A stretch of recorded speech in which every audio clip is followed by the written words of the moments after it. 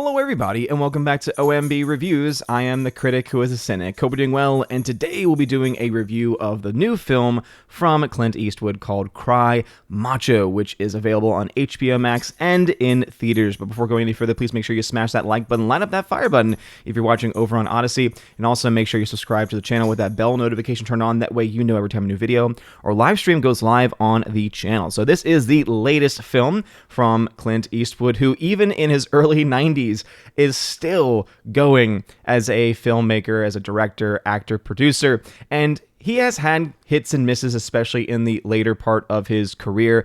Back in 2019, for instance, he had a fantastic film that came out called Richard Jewell. We were talking about this on a live stream just the other day of, what are some of the good films that he's actually made over the last several years. And even though I am not a fan of films like The Mule, I do look back to last year, or rather 2 years ago, when the film Richard Jewell came out, and look at it and see a well-crafted, well-thought-out film that really does build suspense and features some fantastic acting, which of course can only ever really be cultivated if you have a good hand behind the camera, a good director, allowing actors to be able to get their performances and the best performances they possibly can in front of the actual camera. And that is one of the issues that I have right off the bat with Cry Macho, is that where Richard Jewell really succeeded in having really great performances from every single person on screen, Cry Macho has more of a mixed bag. So you have Clint Eastwood, who I think gives a pretty solid performance. He does his typical Clint Eastwood performance, so I think that some people rightly might be able to criticize it by saying it's nothing new, it's nothing innovative. We've seen this type of performance from Clint Eastwood before, so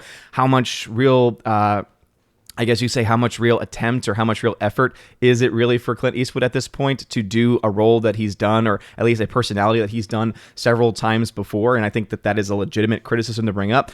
In general, though, I thought it was solid. It was definitely not a bad performance, but it's just something that I feel like I've definitely seen before. My bigger issue comes in with the other real lead in this film, which is a young kid who he is sent to go and pick up from Mexico to bring back to his father, who is in Texas, which is kind of the whole crux of the film.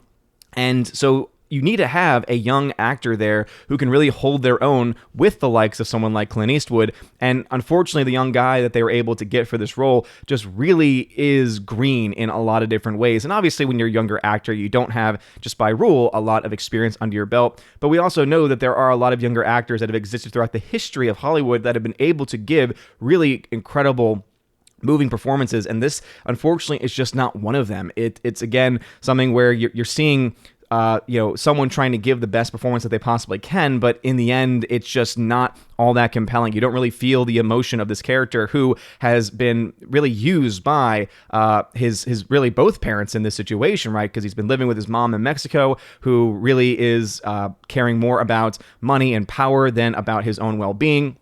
And so he rejects her, but then all of a sudden he's also being pulled back by his father in America, who he also has felt abandoned by because of the fact that he has been in America and has not showed any interest really in him in the 13 years of his life. And so I think that that is, again, something that you kind of need a really well-crafted performance, even if it's a younger person, to be able to kind of build that tension and trying to build up that personality and try to build up the emotion that a character like that can have. And unfortunately, this film just is not able to produce that. You have this relationship between Clint Eastwood and this kid, and that's supposed to be the crux of the film. And even though I think that Clint Eastwood, no matter who he's on screen with, is going to have some type of on-screen chemistry with, and this would even be true of this movie, it, I think, is definitely hindered by the fact that this is very much a young actor who really does not have a lot as far as screen presence and as, again, the ability to really hold his weight, as we've seen some other younger actors been able to do in other films previous, not just by Clint Eastwood, but just in general. So I think that was a bit of an issue. Also, Clint Eastwood has this habit now, I've seen it now both in this and also in the last movie that I watched by him, that I think it was the last movie he did as well, where it was The Mule. And in that film, he had a couple of scenes where he was featured with a lot of younger women. And in this movie, there's a couple of scenes as well where there's women who are a good 40 to 50 years younger than him. And it's not even just that, like in The Mule, where he's helping out a drug lord, and so these are, women who are part of the drug trade, and so therefore it makes a little bit more sense that women can be sent to him in that movie. With this one, it's women who are 40, 50 years younger than him who are like throwing themselves at him in at least one of the cases and then falling in love with him and the other. And I'm not trying to say that that's completely outside the realm of possibility. And again, the dude is Clint Eastwood after all. but it definitely does feel a little bit off because there's a scene, especially, or a couple scenes, where one of the women who he again basically falls in love with in the movie is dancing with him, and you can just tell, even though he can move pretty well for being in his 90s, you can just tell just how wide the gap is between them age-wise because of how much more fluidly she can move and how very limited he is in his own movements. And I know that, shout out to Alex McCarthy, he had mentioned saying, well, he can move better than I can, because of different issues. But again, it is still something where you look at it, you're like, okay, there's something not quite feeling right about the relationship here. It just, again, doesn't feel believable. And that's one of the most important things about movies in general, is that it has to feel believable. And that was the other major issue with this film, is that the story really just wasn't very compelling. It kind of just goes all over the place. And I've never read the actual novel that this is based off of. I just, again, found that out earlier.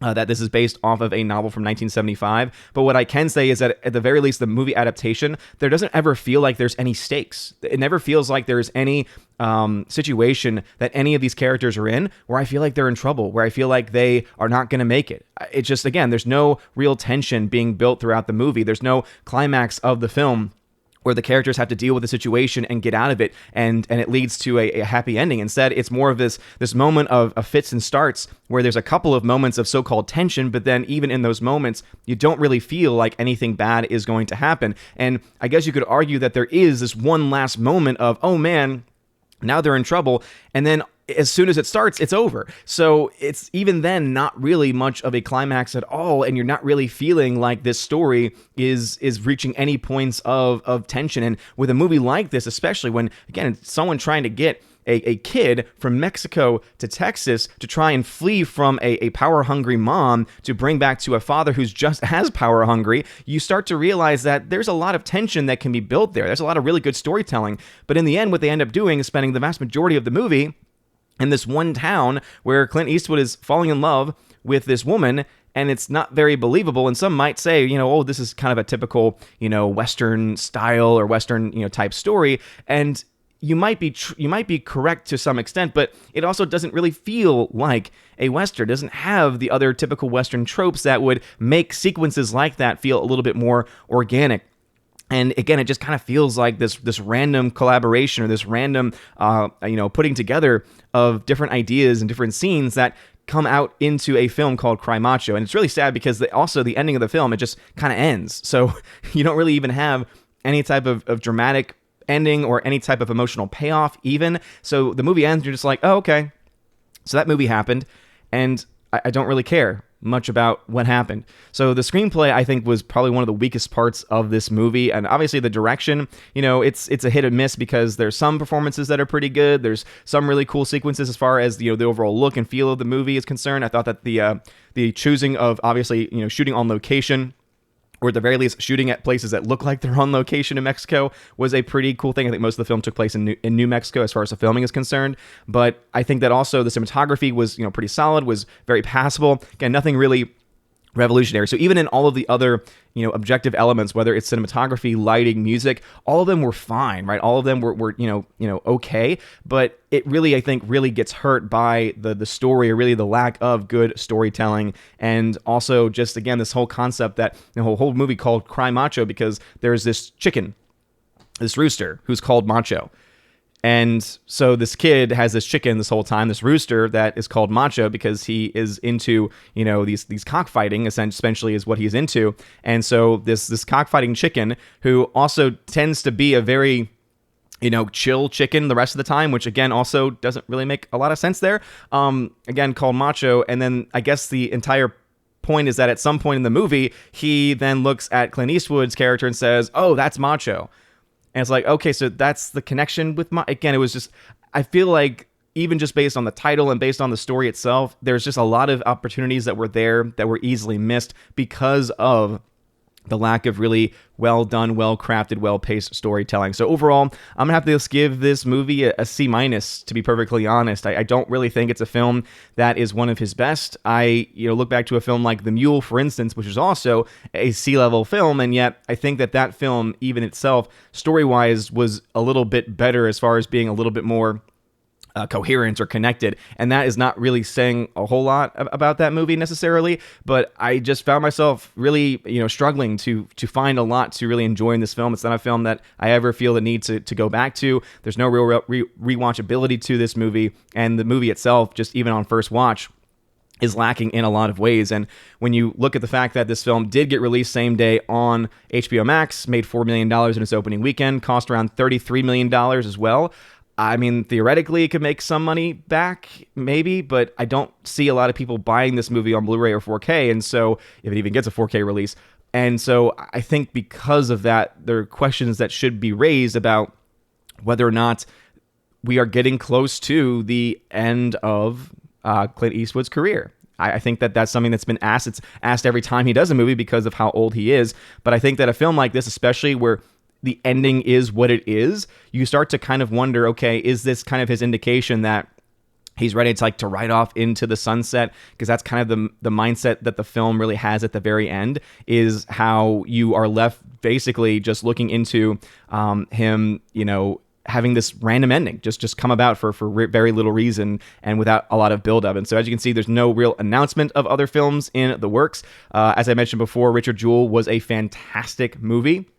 I thought it was incredibly well done. He was not acting in that one, which I think might be a part of the reason why it was a little bit more well crafted. But in the end, I think that, Cry Macho, not that great. And if this is the last film he does, it makes me sad because he's done a lot of good stuff. I think it would have been a lot better for him to kind of go off on a high note with a film like Richard Jewell, which was incredibly powerful and incredibly well done, instead of a film like this. But hey, Clint's going to do what he's going to want to do, and I know there's going to be some people that are going to be fans of this film, but I, again, kind of hope that if he has at least one more film in him, he pulls out the stops and gives the best performance he can. And to be honest, for acting, I think that he might be best suited to, if he wants to finish one last film as an actor, to maybe let someone else direct and write the movie, and then let him just give the performance of his life, if that is, again, the direction that he wants to go. But we'll have to wait and see. But what are your thoughts? Have you seen Cry Macho?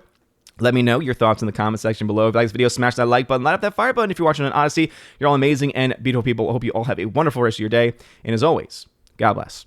And now for a huge shout out to all of my September Locals, Patreon, and Subscribe Star members. First with my Locals members, Cats App, D Sharp, It's a Modern Major General Story, Laura Bifford Hobbit, and Robert Barnes. I want to give a shout out to, especially to Laura, who is now a double supporter on Locals and on Patreon, so thank you for that. And to all of my Locals members. A shout out also to my Patreon members, Andrew Hoyle, animation commentator Brandon, Brian P., Christopher Bowman, Don Bruno de la Mancha, Father Christopher Miller, Hail to you, Father, Father Damian Cook, Garrett Searles, Hannibal Grimm, Harold Francis, Inflamed Wood, Jacob Juice, Jeffrey Toon, Joe Horn, Jonathan Carney, Gomer Kyle 79, Laura the Modern Major General Story once again, Mike Jackson, Mad Mitch Dunaway, Mondo Spieler, Mr. Peabody, On to June, Orange Hat Reviews, Out of Step with Reality,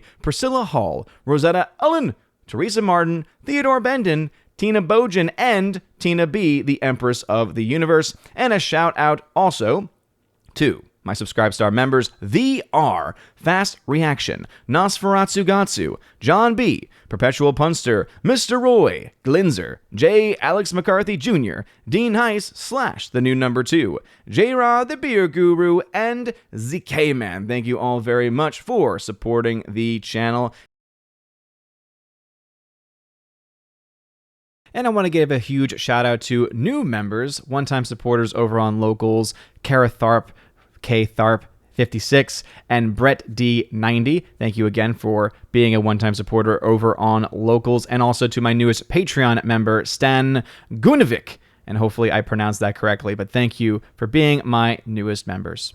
It really does mean a lot. And if you want to have your name shouted out at the end of every single video or live stream on the main channel, please check out the links in the description below, specifically that top link, which will bring you to all of the links to my various social media pages and also places of support as well. And remember that if you join at the Army of Asgard level, you also get access to giveaways of 4K titles. Right now, I have a live giveaway of Snatch on 4K Steelbook. I've also got ones for Dread, Wrath of Man Blu-ray. I've also got A Quiet Place Part 2 on 4K. 4K. I've got Top Gun on 4K, Sicario on 4K, tons of films and more to come, especially as more films are getting released for those giveaways. At the Keeper of the Bifrost level, you get all of that, plus you get access to an exclusive podcast that I do with John the Flick Pick Flickinger. Not only do you get to listen to the podcast, you also get to ask questions that we answer as much as we can and as fully as we can in a much more, I guess you could say, uncensored way, but again, a much more free-flowing way for our members over there at the Keeper of the Bifrost level and above. And if you join the Chosen of Valhalla level, you get access to all of those things. Plus, in your first month, you get a free t-shirt, your choice, and I send it to you no matter where you are in the world. And also, you get to once a month be featured on the channel in the Chosen of Valhalla live stream, where we talk about movie, news, and pretty much anything that you want to talk about. So if that all sounds like fun to you, check out those links below. You're all amazing and beautiful people. Hope you all have a wonderful rest of your day. And as always, God bless.